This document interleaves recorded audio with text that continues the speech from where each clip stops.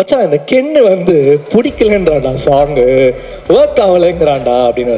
தம்பி நான் வந்து ஒரு புது ஆக்டரோட நடிச்சேனாலே அந்த படம் பிளாக் பஸ்டர்ப்பா. கென்னு நான் அப்போ டார்ச்சர் பண்ணேன். அதுக்கு திருப்பி அவர் எங்க டைரக்டர் கிட்ட வந்து என்ன செஞ்சாரு, தனுஷ் சார் கிட்ட வந்து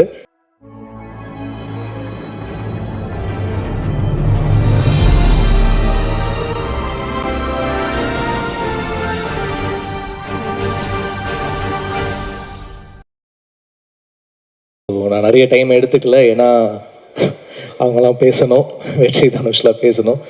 ஓகே, 2 பயங்கர ஸ்ட்ரிக்டான டைரக்டர்ஸ் கிட்டேருந்து வர ஒரு பேக் பெஞ்சர் பையன். 2 டைரக்டரும் பார்த்தீங்கன்னா பயங்கர ஸ்ட்ரிக்ட்டு. அவங்க ஸ்பாட்டுக்கு போனால் டென்ஷன் ஆனாங்கன்னா மைக்கெலாம் பாரு, அந்த மாதிரி ஒரு டீச்சர்ஸ் கிட்டேருந்து வர ஒரு பேக் பெஞ்சர் ஸ்டூடெண்ட்டு. ஒரு யங்கான ஒரு ஃபிலிம் பண்ணியிருக்கா அப்படி, ஒரு பசங்கள்லாம் வச்சு ஸ்கூலில் ஒரு ஜாலியான ஒரு படம் பண்ணியிருக்கா அப்படி. அண்டு எப்படி சொல்கிறது, எனக்கு வந்து பயங்கர சீனியர்ஸோட ஒர்க் பண்ணிவிட்டு ஒரு ஒரு சின்ன பசங்களோட ஒர்க் பண்ணுறது எனக்கு ரொம்ப ரொம்ப நல்லா இருந்துச்சு. ஸோ ஒரு நல்ல எக்ஸ்பீரியன்ஸாக இருந்துச்சு கென் கூட ஒர்க் பண்ணுறது. எனக்கு தனுஷ் சார் அண்ட் வெற்றி சார் மூலயமா தான் எனக்கு கென் பழக்கம். அசுரன் வந்து ஃபஸ்ட்டு ஸ்கெட்டு முடித்தோடனே எனக்கு ஃபுட்டேஜ் காமிச்சார் வெற்றி. அப்போ வந்து கென்னோட போர்ஷன் பார்த்துட்டு நான் சொன்னேன், இல்லை கொஞ்சம் வெயிட் கம்மி பண்ணணும் இவர், க்ளோஸ்அப்ஸ்லாம் திருப்பி எடுங்க வெற்றி அப்படின்ன உடனே கென்னை வந்து ஓட ஆரம்பிச்சிட்டாங்க. த்ரெட்மில்ல ஓட இங்கே ஓட. ஸோ க்ளோஸ்அப்ஸ்லாம் திருப்பி பஞ்ச் பண்ணாங்க. ஸோ அந்த மாதிரி நிறைய வந்து கென்னை நான் அப்போ டார்ச்சர் பண்ணேன்.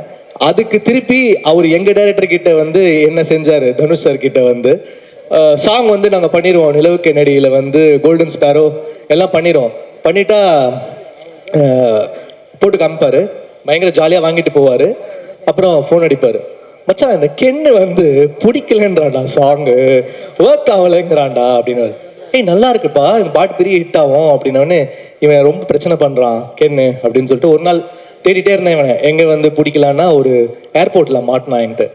ஏண்டா ஸ்பாட்டு சூப்பராக இருக்குது, டைரக்டர் வந்து வாங்கிட்டு போகிறாரு, நீ வந்து களைச்சி விட்டு போறியாடா இப்படி அப்படின்னா. அண்ணா இட் டசன்ட் ஒர்க் ஃபார் மீனா அப்படின்னா.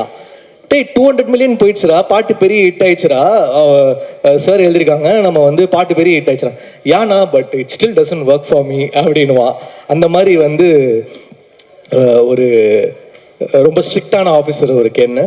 ஸோ அவர் வந்து ஒரு ஸ்கிரிப்ட் வந்து எடுத்துகிட்டு வந்தார். எனக்கு கருணாசனை வந்து பழக்கம், அவர் மூலமாக தான் எனக்கு இந்த ப்ராஜெக்ட் வந்தேன். ஏன்னா நான் டார்லிங் படம் நடிக்கும்போது எனக்கு பயங்கரமான கான்ஃபிடென்ஸ் கொடுத்தாரு கருணா சார். ஏன்னா அந்த படம் ஃபஸ்ட்டு ஷூட்டிங் அப்போ எப்படி இருக்கும், எப்படி ஓடும் எதாவது தெரியாது. அப்போ கருணா சார்கிட்ட தான் சொல்லுவேன், ஆனால் இது ஃபஸ்ட்டு படம் தம்பி நான் வந்து ஒரு புது ஆக்டரோட நடித்தேனாலே அந்த படம் பிளாக் பஸ்டர்ப்பா அப்படின்வாரு. ஸோ அந்த கான்ஃபிடென்ஸ் வந்து நான் கருணா சார் கிட்ட தான் கெயின் பண்ணேன். அந்த படமாக அவர் சொன்ன மாதிரி பிளாக் பஸ்டர் ஆச்சு. ஸோ அவருடைய பையனுக்காக அந்த படம் பண்ணணும் அப்படின்ற போது தென் வி ஸ்டார்ட். எனக்கு தனுஷ் சார் வெற்றி மூலியமாக தான் எனக்கு பழக்கம். ஸோ இப்படி ஒரு யங்கான ஃபிலிம், ஒரு ஜாலியான ஸ்கிரிப்ட் சேர்ந்து பண்ணியிருக்கோம். நீங்கள் பார்த்து சொல்லுங்கள் எப்படி இருக்குன்னு. கண்டிப்பாக அவங்க 2 பேரோட ஸ்டூடெண்ட் வந்து மிஸ் ஆக மாட்டார். ஏன்னா அவங்க 2 பேரோட ஃபைண்ட் என்றைக்குமே ஒர்க் ஆகும். And all the actors they've done a very nice job. Devadarshini ma'am வந்து இந்த படத்துக்கு அப்புறம் ஒரு பெரிய ஹை ஒன்று இருக்குது அவங்களுக்கு. அப்புறம் நளினி மேம், அப்புறம் சுராஜ் சார் கரை படத்தில் வந்து எக்ஸ்ட்ரானரியாக பண்ணியிருக்காரு. நான் ஒரு பேக்ரவுண்ட் ஸ்கோர் வாசிச்சுட்டு இருக்கேன், எக்ஸ்ட்ரானரியாக பண்ணியிருக்காரு. Great actor, you done a very nice job in both the film sir.